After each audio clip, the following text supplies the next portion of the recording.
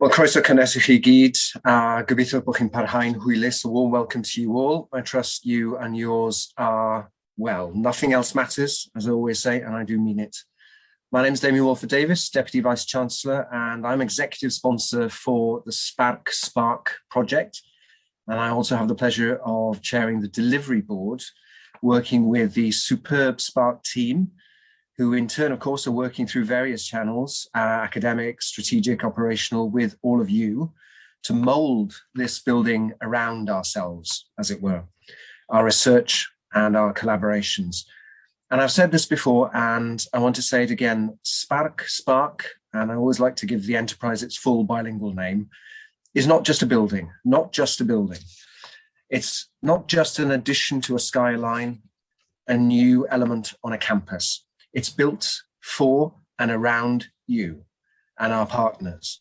And it's been conceived of and constructed to enable interdisciplinary research that changes lives, quite simply. It's designed for collaboration with multiple partners on both sides of the building. It's built also, importantly, for our students. It's a culture, not a structure. And each beam and each buttress, each step on the oculus laid down with the aim of supporting you to intervene for social good through transformative interventions. It is not a silo. And all that is not putting it over dramatically. And to speak personally for a moment, I had the pleasure, and I mean it when I say a real privilege too, of taking my son around SPARC a couple of weeks ago. And it was a very moving experience for me in so many different ways. So this first SPARC webinar of 3 is devoted to how we will be working in that space, that culture, as I've said, that awaits us. And further webinars will offer a map of how we will move into the building, very practically, and of how once there, we will then consolidate our community through events and the shape of the social calendar. And with the theme of today's webinar in mind, I'll just emphasize again that central to the SPARC vision is connectivity. Our capability, in other words, to work collaboratively and in a fundamentally interdisciplinary mindset within, across, beyond our social science research units, precisely in order to address those wicked societal challenges. What we're making possible here is an enabling environment for you, for creative interaction that extends, as you know, to the public, private, and third sectors. And the doors to those sectors are open not just on the academic SPARC side of the building, as you know, but of course also on the Cardiff Innovations at SPARC side. And 2 sides of the building, as I've been calling them, that are not in fact 2 different sides, and we should think of them as fundamentally permeable, otherwise we will really be missing a trick. So the space is a stimulus to Cardiff University's commitment to doing things differently and doing things more innovatively, to harnessing that more synergistic relationship between research and teaching and wider society. And for all of you, I really do hope that it will signal a different dynamic feel to each working day.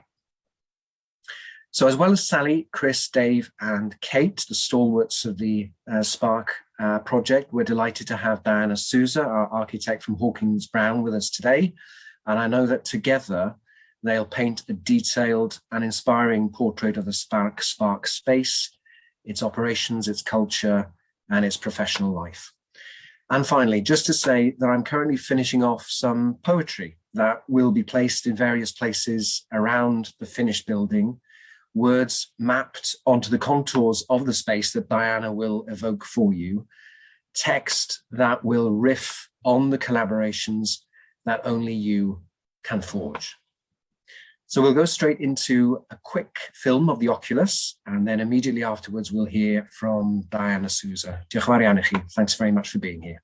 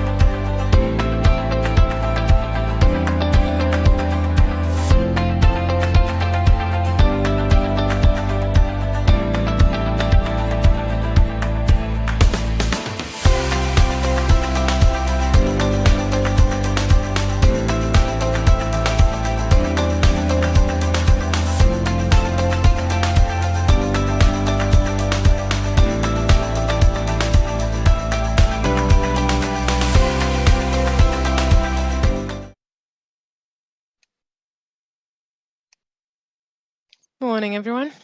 This is very exciting. My name is Diana Souza. I'm from Hawkins Brown Architects.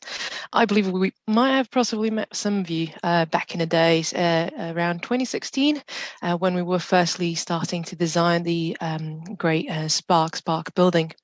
It has been a great learning and enthusiastic adventure, and we have learned a lot from both of yourselves and the challenge we've been tasked with. So I will tell you a little bit of that background story and how the designs have engaged. Next slide, please. So starting from the very start, Spark Building is split into two main functions, the work and the play. The work is mainly office spaces, supporting labs, meeting rooms, and electable office units, basically where your research will evolve. And then the play is focused on the public engagement and visitors front-facing activities, where the in-house research will be showcased for the wider audiences and key industry collaborators. The scale of each of the volumes is directly linked with the context. A taller one along the rail line, so the work one, and the smaller pavilion closer to their housing towards the north side. This public engagement space volume is glazed mainly and will have a directly connection with the public square for maximizing the engagement with the wider campus community. The buzzing atmosphere is then from this public engagement space is then brought up through the building along the so-called ocular staircase that you've just seen on the video.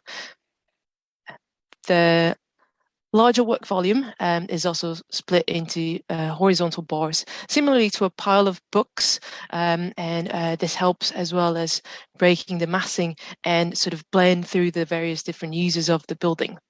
Finally, the facade is activated along the oculus route, reflecting the exciting activities happening within. So you'll see the windows will have various sort of sizes, reflecting the different levels of activity. Next slide, please. So the main challenge was mainly bringing together two very different key users, the researchers and the industry incubators. None of you were actually occupying the same house previously, so that has been pretty much of a great experience and learning curve.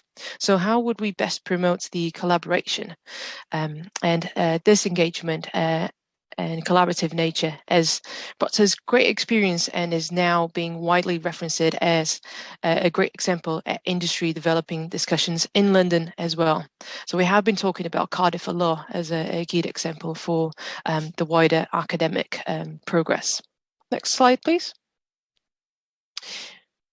So we use the tacit knowledge. Some of you might remember this slide from the early days. It is mainly sort of a way of supporting the interactive nature of the brief. It's all about the social experiences and the natural engagements. So as a very simple example, if you think about a sink, a tea point, a printer, or that sort of meeting point, it will casually have a way of bringing people together at those locations, and that will naturally promote the collaboration and knowledge sharing. Next slide, please. So, as mentioned previously, the ocular staircase will work as a spine of collaboration going up through the building and bringing that activity and that buzziness atmosphere of collaborative environment up through the building. At every floor, you will feel a different social atmosphere, always supported by interactive breakout spaces. The furthest you move away from that spine of collaboration, the quietest and more private the offices will become. Next slide, please. So the plan layouts were based on the activity-based working. This is pretty much of a tool which promotes flexibility and adapts each varied space to a specific different function. The user is this way empowered to occupy the building in all sorts of different ways as it best suits the task performed throughout the day. Next slide, please. So you'll have spaces such as quiet working spaces, formal meeting spaces, tea points or printer points, informal breakout spaces, all sorts of different levels of engagement and privacy to best support your research. Next slide. So One final thing I'd like to share with you as well is that the whole business and the engagement space and that sort of collaborative aspect of the design proposals, they were pretty much supported by a research that we've done together with Bureau Happold. This was a tool that assists us to design your building, to best allocate the activities and the various sort of functions throughout the plan. And we would be really excited to take it further into the future and best sort of study your actual living experience of the ocular space very, very soon. So thank you very much. And I believe there will be another video for you to see now.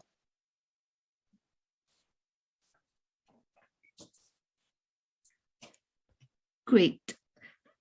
Thanks very much, Diana. I'd like to sort of take this opportunity to thank you and all the team at Hawkins Brown. You've been absolutely fantastic to work with, so committed and passionate, and you've really bought into our vision right from the start. So yeah, thank you for designing this amazing building, which I'm sure we'll enjoy for many years to come. Okay, next slide. We're still seeing Diana on the screen, but that's fine. Better to look at than me, but I'll continue.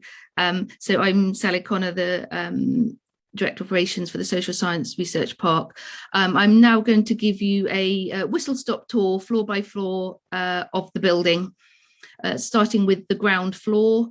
What you see at the sort of the rectangle at the top is we've got an amazing event space there, which holds up to 190 people for very much designed sort of TEDx style events. It's very deliberately not a teaching space.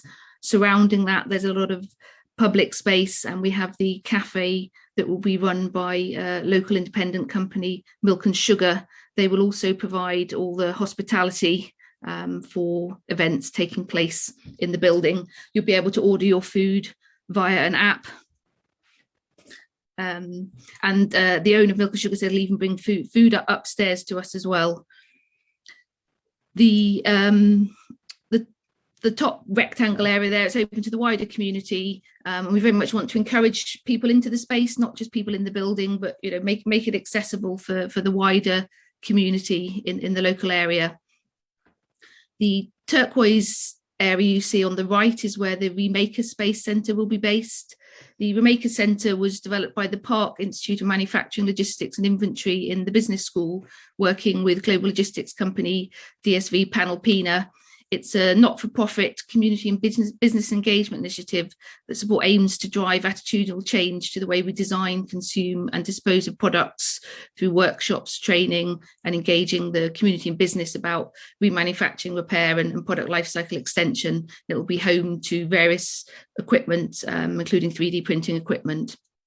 Then if we move to the left of that, in the open plan area, this is where the university's outwardly facing professional services teams will be based. The RIS Business Engagement Partnerships team, the RIS Commercialisation and Research Impact team, the CPD unit and the SPARC team. To the very far left, there is integrated cycle storage and showers.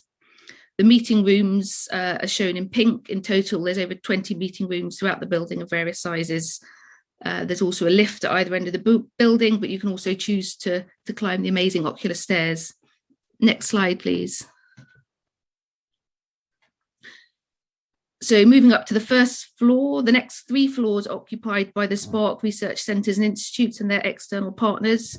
This floor will be home to Cascade, the Children's Social Care Research and Development Centre, the Centre for Climate Change and Social Transformations, and the Wells Centre for Public Policy. The large turquoise area you can see in the middle of that floor plate is a visualization lab that will provide a high-end environment for people to work interactively with data. There's also a small policy library on this floor, and a member of the library team will be hot desking in this area. Next slide, please. So the second floor will be occupied by Decipher, the Centre for Development, Evaluation, Complexity and Implementation in Public Health Improvement, the Wolfson Centre for Young People's Mental Health, and ERLab. The large sort of turquoise area at the top, this is a behavioural lab, which is a purpose-built facility comprising a suite of facilities, including a workstation lab, an eye track lab, and a focus group with capacity for visual audio recording, and also a control room. Next to the lab is a podcast studio, so that's accessible for all to use that. If we then move on to the next slide, please.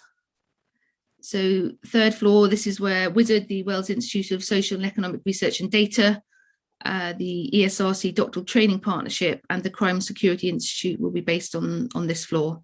Next slide, please.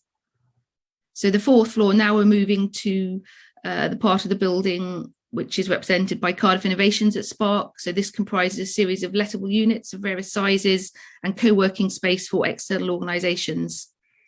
This is also where the reception for tenants in Cardiff Innovations at SPARC will be. The co-working space also includes provision for student and graduate entrepreneurs that have been through the Student Enterprise Programme. To the right of the floor plan there, we've got quite a large balcony that's available for everybody to use. This includes some outdoor seating, and I also hope we can perhaps have some veg troughs there to encourage some community gardening as well. Next slide, please. So the fifth floor is a mix of lettable office units, co-working space, and there's also 8 wet labs of varying sizes, each with their own separate write-up area. There's also some shared facilities for the occupants of the labs, including a shared fume cupboards, autoclave, and -80-degree freezers. Next slide. So finally, this is the top floor. This is home to 2 of these SPARC centres, the Centre for Innovation Policy Research and the Welsh Economic Research Unit, who will be co-located alongside a series of lettable units you'll see shown in green. This floor also has a high-end event space and boardroom shown in pink on the far right. Next to that is a finishing kitchen, so that space can be used for dinners and things, which Milk and Sugar will provide the hospitality for. Both the event space and the boardroom lead out to another balcony, which has got fantastic views of the city and beyond on a sunny day. The balcony is covered, so it can also be used on the not so sunny days. So I hope that gives you a better understanding of both who will be in the building and the types of spaces and facilities available in SPARC. I'll now show you a short video featuring some of your feedback on the building and your thoughts on your future life in SPARC, but it'll start with some words from Chris Taylor, Academic Director of SPARC, who'll say a bit more about SPARC after the video.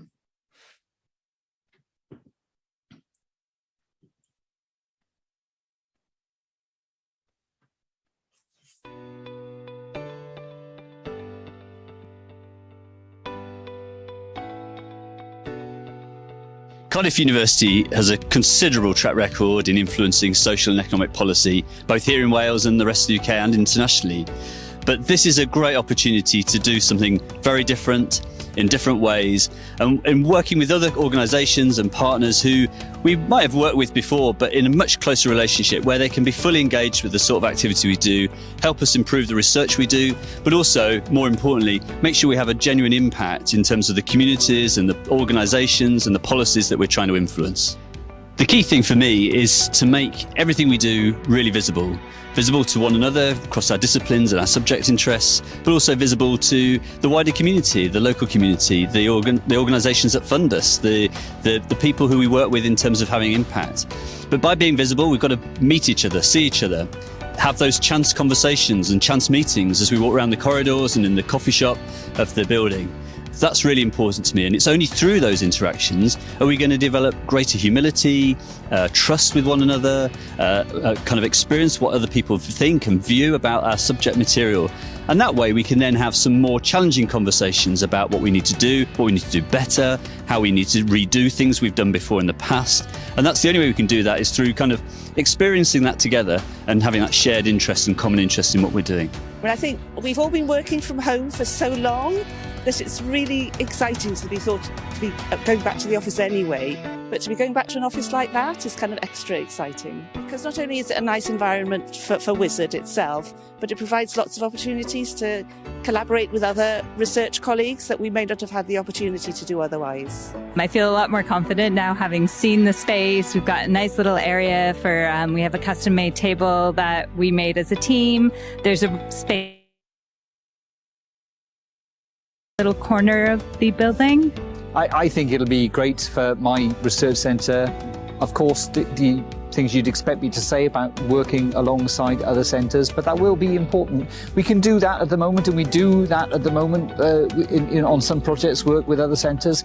I think it'll be much more fruitful being in the same building and sometimes in some cases on the same floor. I think it seems like a fantastic opportunity from what I can see in the building at the moment. People are going to want to be in the space, they want to work with us in the space. And they'll have great access to some of our world-leading academic expertise. So yeah, who wouldn't want to come to this building? And because we've got those collaborations with public, private and third sector, and on the other floors we've got those lettable spaces, what's very clear just wandering through there now, and it's nearly done, is how that space is configured to enable all of those relationships to come together. I'm really looking forward to inviting some of our strategic partnerships as well as our industry and other organisations to the place. It's just going to be a great place to sort of conduct business, great place to showcase the university. I think it's just huge excitement. You know, I've been waiting, as you know, for a very long time for this. It's been a long project, and I just can't wait to have everybody in there, and I can visualise everybody being in there and the new connections and collaborations that will happen through this wonderful space that we'll have.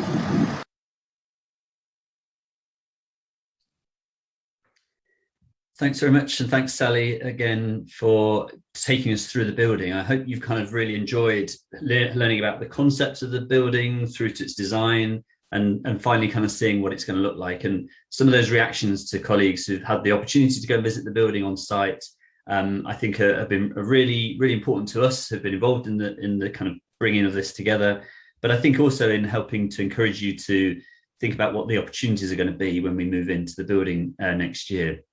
So for those that don't know me, I'm Chris Taylor. I'm the Academic Director of the Social Science Research Park, that's one of the main entities in SPARC. I'm just going to go through some key kind of elements of what SPARC is going to be about and how we're going to organise ourselves. So next slide, please, Phil. So our vision for the social research that we do is to create a kind of community, and a community driven by expertise, creativity, curiosity and entrepreneurship, with that final kind of goal of tackling some of those complex challenges in different ways than what we've done in the past. A key way we're going to do that, of course, is through that co-location. You've heard various people, you know, Jonathan Scourfield was talking about the importance of co-location, particularly even on the same floor as one another. And at the moment, many of our research centres are scattered across the campus. So bringing them into one space, into one building, is going to produce some enormous opportunities in terms of talking to one another, sharing ideas, just seeing what each other's doing as well, I think is quite important. Then with our partners alongside us, of course, we'll be encouraging kind of more co-production of the research that we do.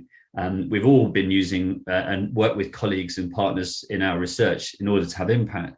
But this is about co-producing those research projects from the beginning of the inception of an idea through to the delivery and then into the dissemination and impact of it. And that leads on to kind of creative approaches for impact. We need to think about how we scale up our impact in the research we do. I think that's a key feature of what social science is going to have to do in the future, is about how do you make better use of the research and evidence you have in terms of impact, but also think about how impact has to be more thought through in terms of where it gets rolled out, how it gets scaled up onto international stages and so forth. A culture I've mentioned in that video about the importance of challenge and change. We've got to have honest conversations. Some of those complex challenges are because we have diverse views about what needs to be done. And the only way we're going to be able to resolve some of those is through dialogue with our colleagues, both internally and externally. We'll be developing some new cutting edge research design and methods. So some great facilities in the building for social science research. Really looking forward to seeing what we're going to be able to do with those facilities, like the visualization lab, the behavioral lab, eye tracking labs that we've never really had before in one place, a focus group room for really good detailed kind of focus group interaction kind of analysis, and a workstation room, which means we can start doing very large scale telephone surveys, for example, that we've not been able to do in the past. Of course, the building itself and bringing all of the social research centres together immediately kind of helps showcase the high quality social science research we do at the university, and we're already beginning to see the fruits of that. We already do very well in terms of REF and ESRC funding, but this is going to already step up another level, and so many organisations both across the UK and internationally are now really looking at us, at seeing what we're planning to do and how we're going to do it, and that showcasing and that visibility of our work is going to be so important at being able to attract new partnerships, new opportunities and new activities to go forward. And then the ultimate goal, as I've mentioned before, is then using that experience, that opportunity, that research to help address those societal challenges that are so pressing amongst us. Next slide, please. So there are 13 or more research entities going to be moving into the building from the university. They're all listed here, a wide range of different disciplines and subject material.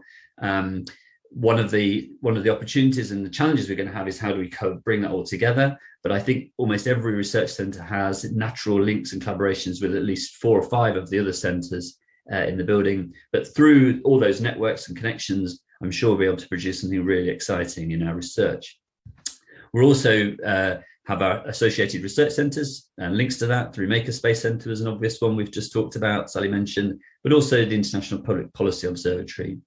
Our strategic partnerships, one with the ONS that currently exists, already very central to the work that we're doing with the ONS and how the building is going to help support that activity and partnership working. The MOUs the university already has with, for example, the Future Generations Commissioner. We're working very closely with the Office of the Future Generations Commissioner in terms of the work we do. But we're also exploring other opportunities and other working relationships with other organisations. But a key way of doing that is through our membership. And this, if you like, is a more informal way of those memorandums of understanding, those partnership arrangements, where we'll be encouraging organisations from across Wales, across the UK, internationally, to take up membership of SPARC, to forge a kind of a relationship in terms of what we might do together and our prospective expectations of the research we might be able to do jointly with one another. And they are going to create a community. And many of our partners are already knocking on the door, asking us about the space, and very excited by it, very keen to be part of the ecosystem and the network that we're creating in the building. And I think we're going to see the fruits of that in the next few months when we start being able to announce some of our new organisations who will be moving into the building and joining us on the membership. Next slide, please, Phil. Just very lastly from me, this is just a summary really of some of the key deliverables that we're hoping to develop over the next year or two. Some of the ideas there, many of you have seen these before. I've done quite a lot of talks around centres and research teams and across schools around the university. And this is the kind of delivery plan that we're working to.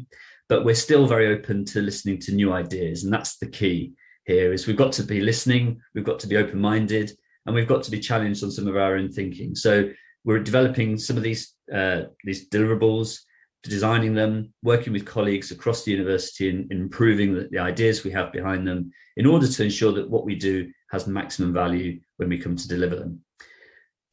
We're going to just have another film now before we hand over to Dave Bembo, who's going to talk about Cardiff Innovations at SPARC. Thank you. We are met with complex challenges every day, from tackling healthcare issues to reducing our carbon footprint. With great change on the horizon, it's how we react, adapt, and resolve these issues that will spark change in our futures. Research has too often been done in silos, with great focus on a narrow area of expertise. But through shared knowledge and access to data, wider problems can be solved, from inequality to sustainability, from helping our aging population to better ways of raising our children. It's that spark of an idea, disrupting what we know. By thinking differently, our behaviour will change. This research is already happening. But now there is a new home in Cardiff that brings it together. A place open to the world that celebrates and encourages innovative thinking, collaborative working, and sharing ideas. The world's first social science research park, SPARC. A spark to change our futures.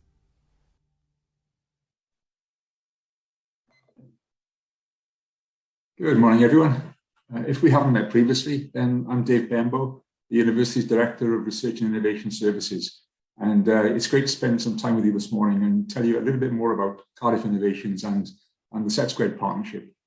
So Cardiff Innovations is our new incubator, and SETSquared is an organisation with which we have a growing relationship, which should help us to ensure the success of that incubator. So before I jump into the jargon, a company incubator, just like an incubator in a maternity ward, is simply a safe and a nurturing environment which allows an immature entity to survive and to flourish. In this case, of course, we're talking about a fledgling company. Can I have the next slide, please? So Cardiff Innovations is the university's newest company incubation space, and it complements the existing Medi Centre up on the Heath Park site, which we've operated very successfully for over 25 years, and which is a joint venture with the Cardiff and Vale University Health Board. Cardiff Innovations is a bricks and mortar manifestation of the university's home of innovation concept, and it's a welcoming front door for those organisations engaging with the university. That's important in many obvious and practical ways. So that tangible portal, if you like, into the institution for external organisations has also become one of the ways in which our knowledge exchange organisations and activities are assessed under the UK's Knowledge Exchange Framework, or KEF. So in some senses, Cardiff Innovations coming on stream later this year really couldn't be more timely for us. As a university, we've got a great track record in generating companies. So we currently hold an independently verified UK top 3 ranking for the second year running behind Queen's, Belfast and Cambridge in creating sustainable university spin-outs from our research base. And clearly expanding our incubation capacity in the way we're now doing will help us to achieve even greater heights in that area. And as I think Sai's already mentioned, the new building will also be home to 2 of my own teams from RIS, research commercialization and impact, and also business engagement and partnerships. So I'm also personally really looking forward to spending some time in the building. Could I have the next slide, please? So this slide just details some of the features of the incubation space in Cardiff Innovations. Just to summarize, you can read the details for yourself. The Cardiff Innovations Incubator will offer a total of around 27,000 square feet of lettable space over the 4 floors of the building. I mean, that is quite significant capacity. And it's a significant increase in capacity over our current Medi Centre, which itself boasts 19,000 square feet in 32 units. So it's a real shot in the arm for the university in terms of our ability to grow and incubate our new companies. Could I have the next slide, please? All of our incubation space will be available to spin-out companies and start-up companies from student enterprise created by Cardiff staff and students. Also to companies which are spinning into the university, and also R&D companies engaged with the university, as well as other types of organisation. It's organisations we're looking for which can add value and also gain value from our university innovation ecosystem. We have wet labs in the building, and that's actually a unique selling point in the Cardiff City area. They're available from 215 through to almost 680 square feet. We have separate writing up areas. We have chemical resistant fume cupboards, drainage sinks, access to shared freezers and fume cupboards, and really the sort of facilities that are ideal for biotech and scientific research organizations which want to work closely with us as a university. Could I have the next slide, please? Moving on to the other topic I wanted to touch on, the SETSquared partnership. So this is a unique enterprise partnership and collaboration between 6 leading universities: Bath, Bristol, Exeter, Southampton, Surrey, and also now Cardiff. It was established back in 2002, so it's very long-standing, by Southampton, Bath, Bristol, and Surrey. Exeter was the last university to join a decade ago in 2011, and Cardiff became an equal partner in 2021 after a successful trial period via a £6 million scale-up programme, which was co-funded by Research England and HEFCU. So what does all that mean for us? Could I have the next slide, please? Well, SETSquared operates a really exciting range of programmes which are particularly complementary to Cardiff's existing well-regarded portfolio of enterprise support. And some of the things that SETSquared delivers include for example, a research to innovator program. And that really helps to develop the entrepreneurial mindset of research staff. So it's one for the entrepreneurially curious, I guess. There's a very well-known ICUA program. And really, this is a boot camp environment for research teams to boost their business understanding within that boot camp environment, which really gives them some test and challenge and test their mettle and their commitment to their own business ideas, if you like. There's a business acceleration program which takes high-tech businesses that have just started out and makes them more ready for further investment, right through to an investment program which takes investable propositions and new companies and takes them to the next stage where they are really able to compete for very significant funding. So just as an example, within days of joining SETsquared, I'm thrilled to say that 3 of our very recent Cardiff spin-outs were accepted onto a SETsquared Investor Day, which put them in front of people with funds looking for the right businesses to back. The more exciting, I guess, and most recent development that I can share with you is that SETsquared is currently working on raising a £100 million investment funds proposition for spin-outs and R&D partner companies across the partnership. That's now in the implementation phase. That would give us a new funding stream for Cardiff spin-outs. And I hope to be able to share more details of that in the coming months. So I hope I've whet your appetite by painting a picture of our bricks and mortar support for enterprise and also our complementary plans to enhance skills and access to investment that will really make sparks fly in this space. So apologies for the pun, but everything I've mentioned comes in alongside the university's investment of HEFCU Research Wales Innovation Funds in seeding new translational impactful projects. So this is very much an integrated set of activities. And I'd be delighted to take any questions on what I've just covered in the forthcoming Q&A with Chris. Thank you.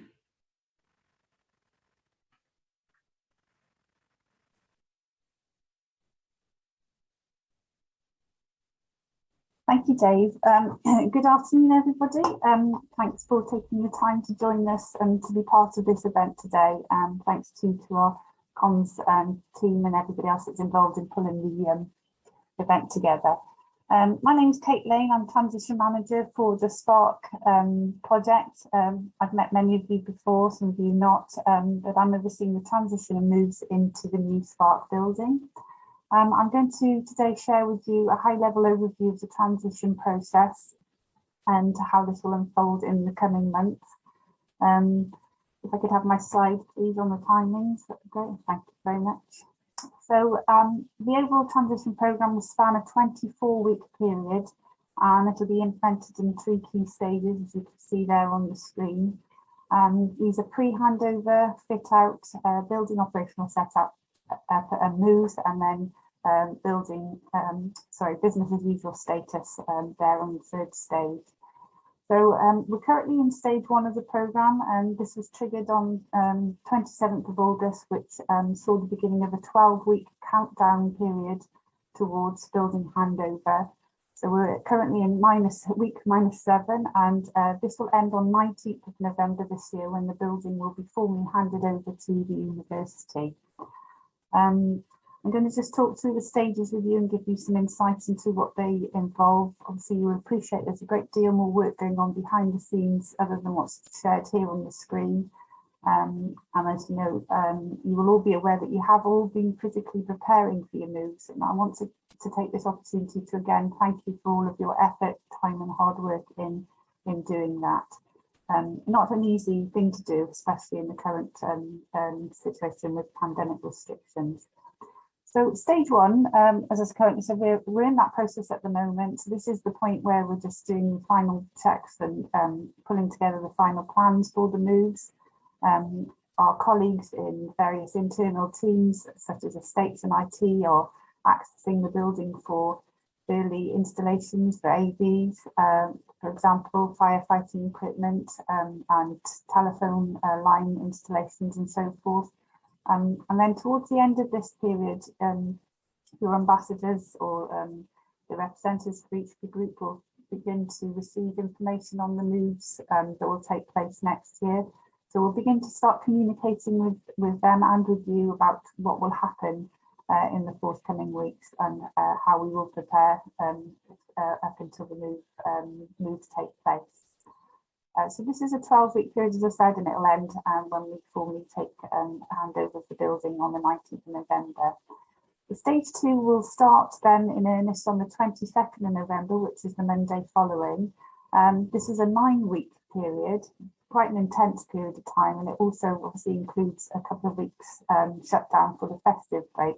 But essentially, this is the key part of the transition. This is when we'll be getting the building ready for your occupation. So we'll be putting in place site protocols for this time. Deliveries will start to ramp up. Notably, obviously the furniture delivery, which is a very big installation that will take almost 6 weeks to complete. There'll be filming events taking place during this time, and the building systems will be trialed and tested. And basically, the building support team will be getting ready to make the building operational and ready for when you move in the new year. Again, towards the end of this period or just before your moves, you will again start to receive information and communication about the moves and what they'll entail. So you'll be well informed as to what will be happening. So we'll share that information with you.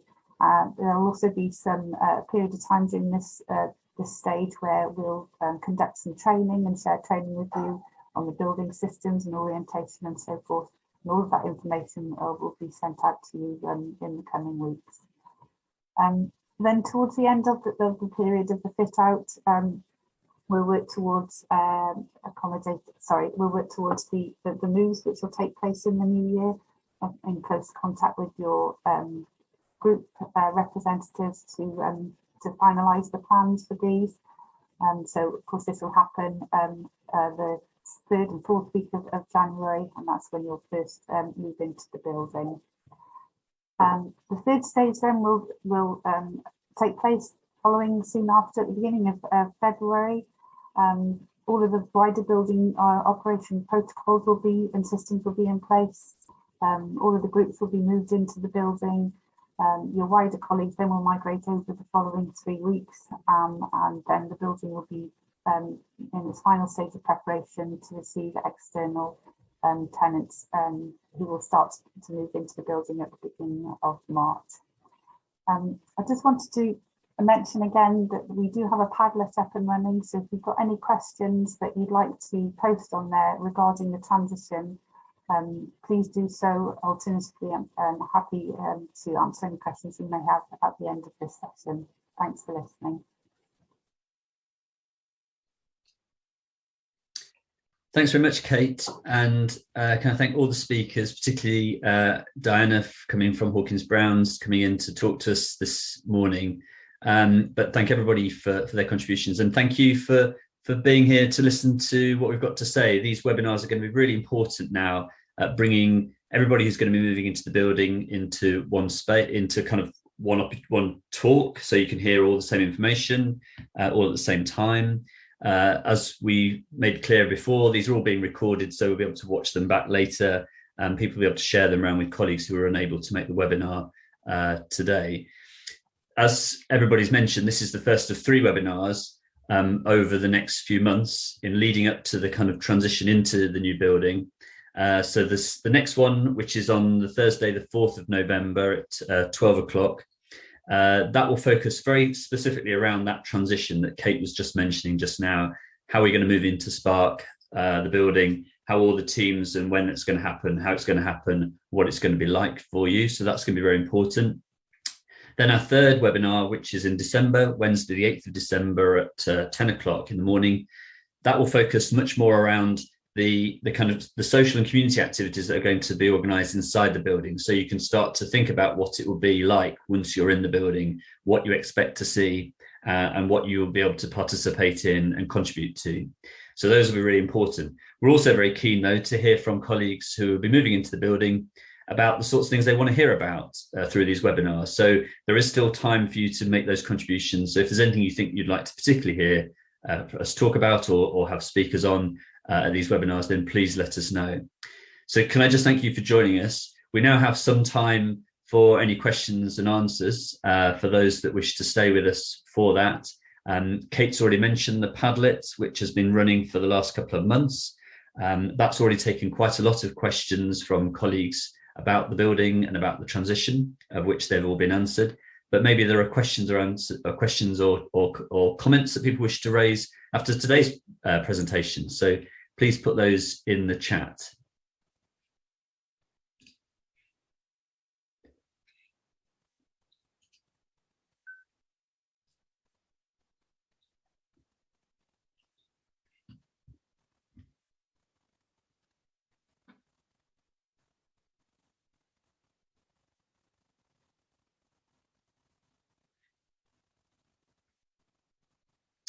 I can't see any. I don't know if there's any coming through with Heath and Pete. Any Q&A there? Yes, we've got one. Yeah, so the question from Nat was, will there be fridges at each tea point to bring food from home? Kate, would you like to answer that one?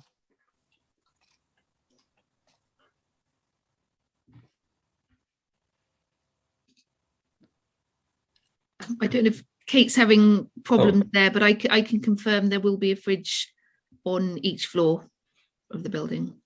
Sally, yeah, I'm still having nothing problems. Great, thanks. Thanks both. Any other questions that people might have? We'll put the link. Could we put the link to the Padlet on the open chat? That would be very helpful. And Trudy's got a question about the car parking provision on the site. So Kate, do you want to take this one? Well, yes, car parking for the site will fall in line with the university's new approach to this. Information is readily available on the internet, and users will need to apply for parking on site. There will be bicycle storage on the site as well, lockable bicycle storage. But as I said, anything to do with car parking, stakeholders need to refer to the information that's on the intranet. Great, thanks.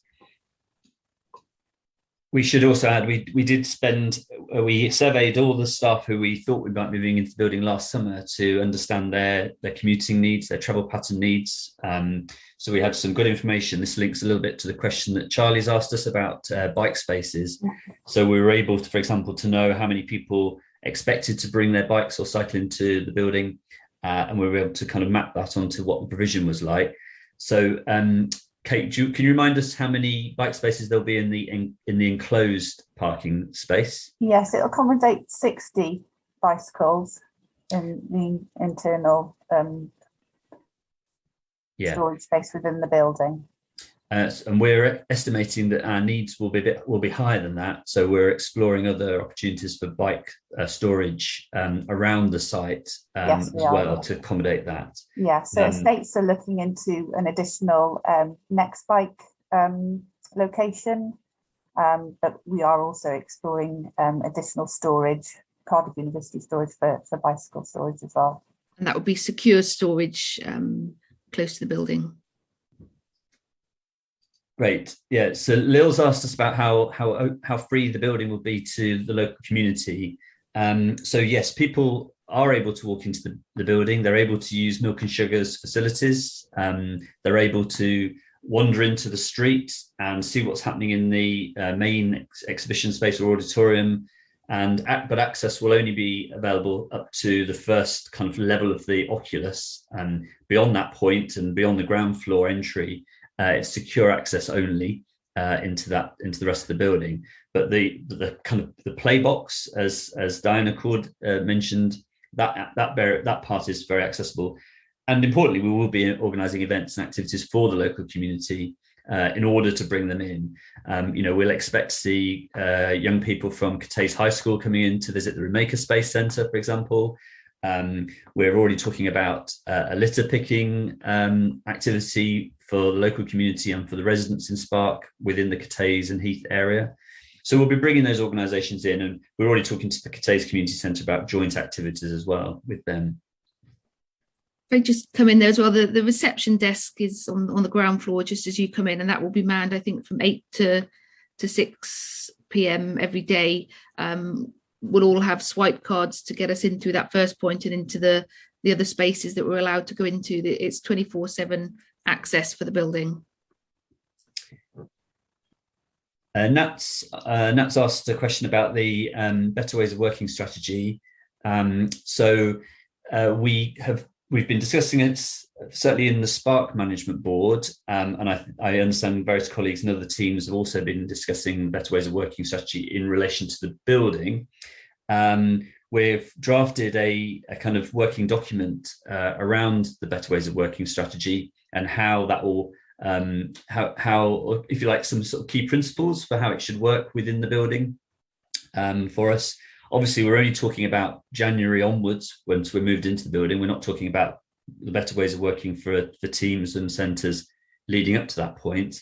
But in that document, we set out as clearly as we can what the business needs are for SPARC, because it's the business needs which dictate, if you like, the response to the Better Ways of Working strategy. But it's very important to note that we are promoting flexible working. We're encouraging hybrid working within the building for colleagues who are coming into the building. We're also encouraging that the principles of Better Ways of Working apply to all staff who have been moving into the building, not just professional service staff, but trying to apply those principles to both professional services and academic staff working in the centres and teams that will be in there. Once that document has been shared around and been kind of agreed by the kind of key parties within the building, we'll share that around with centres and teams for them to use in their decision-making processes. It's as I think, as you'll understand, it's very important that teams make their own local decisions on these things, but we just needed to be clear that there are some, if you like, some kind of guiding principles that might help those discussions within and amongst your teams about how it will work. We're obviously going to have to review the space needs in the building. If we find that, for example, we're not using all the space as we currently plan, that will have to be reprofiled and realigned for other users. There are many people who, for example, in the university would like to be in the building, who currently can't come into the building because there's not enough space. And equally, there might be more members who want to come into the building that we can't currently accommodate. So we'll need to review this regularly over the next 6 months and 12 months to understand what everyone's needs are and how it's going to work with hybrid working and what opportunities there'll be going forward. Thanks, Nat.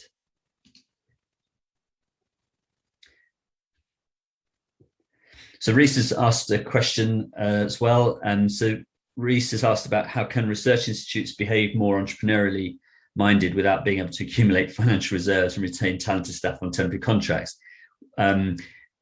Obviously, this is a very important issue to me personally, but also to the research centres moving into the building.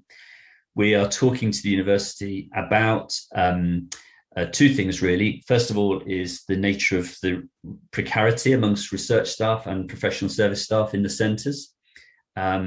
Obviously, that is a limitation in its own right because it discourages investment and it discourages investment in people.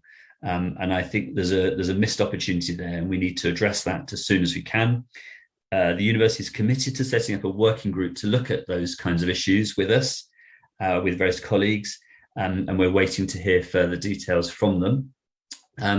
The specific point, though, about the reinvestment of the financial reserves is a really important one.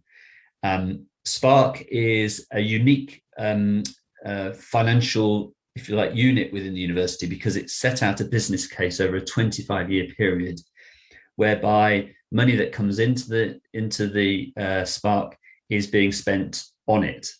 And in effect, the university has put in an upfront investment of the building, and we're now going to spend the next 25 years, in effect, trying to pay that back through new and additional research income and income to the building and through tenants and tenancy and CPD and other things. But it does set a precedent because once you've got a business model in place, you can set out how you want to give some certainty and security to some of the activities you're going to be doing over that period of time.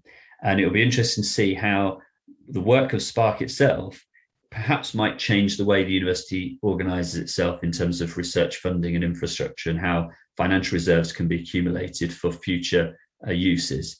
And they're the sorts of conversations we can now have now that we're acting at scale through the social science research we do. But it will take some time. I've already, these are difficult issues within the university. There's a lot of resistance to changing some of these activities. And I think a lot will depend on how the schools and departments will respond to those changes. And we need to talk carefully and closely with them over the next few months and years to kind of work through some of those challenges. But it's certainly at the top of the agenda for us.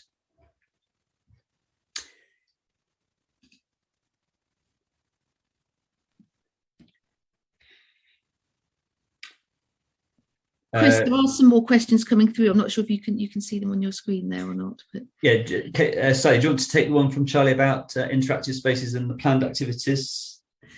Yeah, sure. Yeah, really good question, Charlie. We're very conscious that we need to find reasons for people to come into the building. We want people to come in, and we've recently appointed Emily Travis who's also on the call, I believe, who's going to be the SPARC community manager. So we're actively planning a series of events and activities for when we all move into the building. We've had some suggestions from colleagues about the kinds of activities, and we would welcome further suggestions. So you'll hear more about that either at the next webinar or the one after that. But in the meantime, if you have ideas yourself, then please do get in touch with Emily. Thanks, Sally. Another question here from Andrew about booking occasional desk space in the building. So we're very open to colleagues and academics from across the university coming into the building to work in the space, and we're going to maintain as much flexibility about that as we can. We haven't yet developed any particular system for how we might manage that. But we do have a facility for desk booking through the room booking system that we're going to operate within the building. So we just perhaps need to, if you like, ring fence a certain amount of space and hand that over to academics who might want to use the space on a kind of ad hoc basis. What we'd rather have, though, is academics coming into the building for kind of a long-term purpose or medium to long-term purpose. So not just coming just because they want somewhere to work for an hour or two during the day. They're more than welcome to come and use the open collaborative spaces in the building, working milk and sugars in the kind of in the refreshment area of the ground floor. But if you want to kind of work in the heart of the SPARC building, we want to ensure that people are coming in because there's a reason for them to do so with our colleagues. So whether that's through a research centre, that will be entirely possible. You should contact a research centre and say, look, I would love to spend a day a week, for example, over the next 6 weeks. I've got this project or this idea. It'd be great to locate there to get on with it and do it.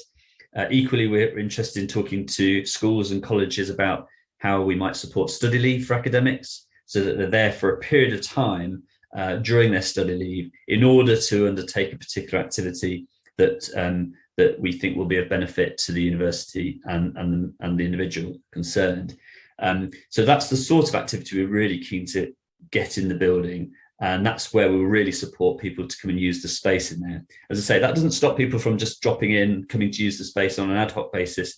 But in terms of booking a room, we need to think quite carefully about that kind of balance between kind of developing some really good ideas in the building with our colleagues and with our partners, for example, versus kind of just using it as a drop-down place to work. Can I just add to that? Oh, sorry, Dave, you go ahead. Very briefly, thank you, Sally. Andrew's one of the research development team in Research and Innovation Services, and just to kind of as a general statement, I'm really keen to ensure that as two of the teams from my department are going to be in Cardiff Innovations, and 3 would largely remain down in Mackenzie House, then we will make provision for hot desking so that Andrew and other colleagues from Mackenzie can spend time working closely with colleagues up in SPARC, and indeed vice versa. So we need to have that helpful interchange across the department. So I'd certainly encourage that. Thanks, Dave. Elise has asked about whether we have common costs with doing things in SPARC. I think that's a really good suggestion, Elise. We probably need to start looking into that in some detail. It should be absolutely clear, though, for room bookings, there will be no cost to members and to university staff in using the rooms in Spark. For externals and for any team, really, there'll be a kind of fair use policy that we'll just have to monitor to make sure that people aren't using the rooms too often at the expense of others. But there shouldn't be any costs associated with that. But you're right, we need to perhaps put together a list of costs for what the catering costs might look like by talking to Milk and Sugar about that. And then we can share that round to centres so they can start planning, and teams so they can start planning their events from January onwards. It's a good idea.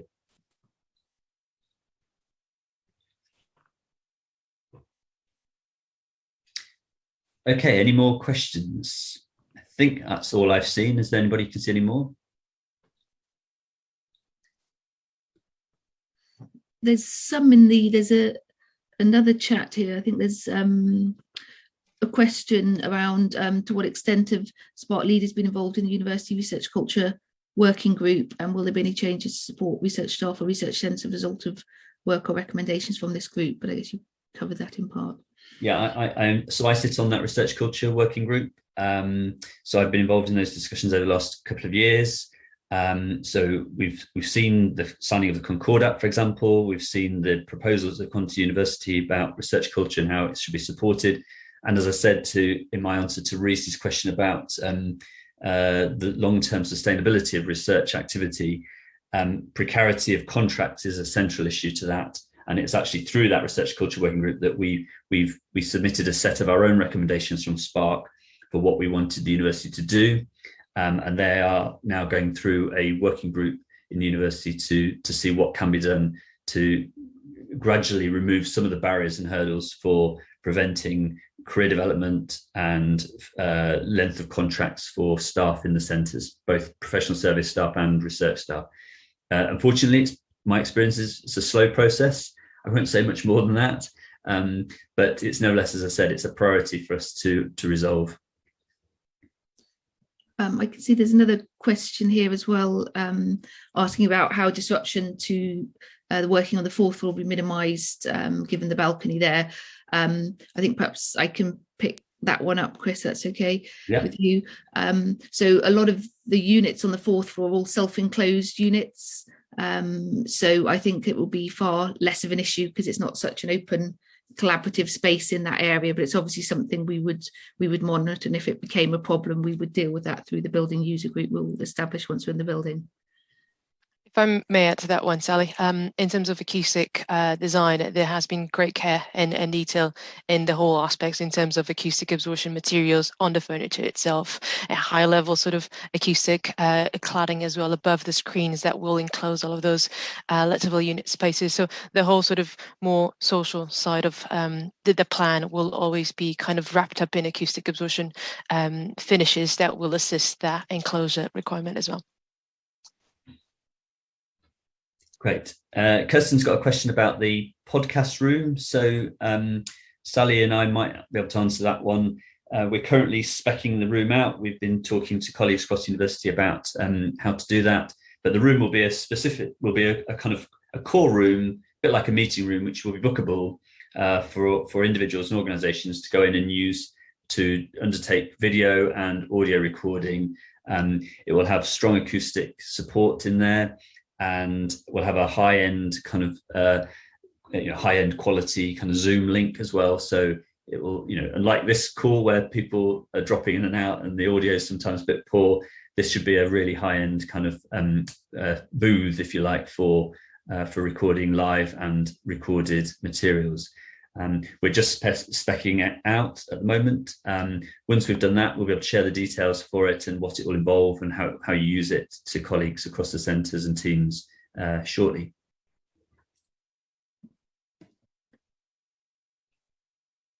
There's a question there about the cafe hours. The hours, I think, are 8 to 6 with Milk and Sugar. I'll confirm this via the Padlet. They are available if you want to use the event space in the evenings. Subject to individual agreement, they can stay open later as well.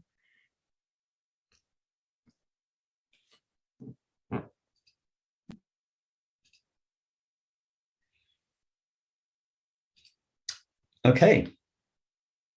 Any more questions or comments? As I hope you've been finding this really useful. It's a great way of sharing as much information as we can with as many people at the same time. It's also good to hear from other people, I think, sometimes about their experience of it and what they're interested in and what they're most concerned about, perhaps, as well, but also what the opportunities will be, and just to understand one another's kind of needs and starting points are really important. Okay, I think we'll some nice messages going up there from various colleagues. So thank you for attending and joining us this morning. And we look forward to seeing you all again at the next 2 webinars. As I said earlier, we're very keen to hear about what you might want us to cover. We've given you a kind of general sense. The second one will be on the transition to the building. Third one will be much more about the community activities inside the building. But if there's anything else you'd like to hear about, or specific parts of those 2 questions that you want to ask about, then please let us know and we'll make sure we cover them in our forthcoming webinars. But otherwise, I just want to thank everybody for coming along, particularly our speakers, particularly to Diana and to Damien for joining us this morning. Thanks to Sally, Kate and Dave for contributing as well to the talks. And we look forward to seeing you at our next webinar. Take care and see you soon. Thank you, everyone. Great to see you. Bye.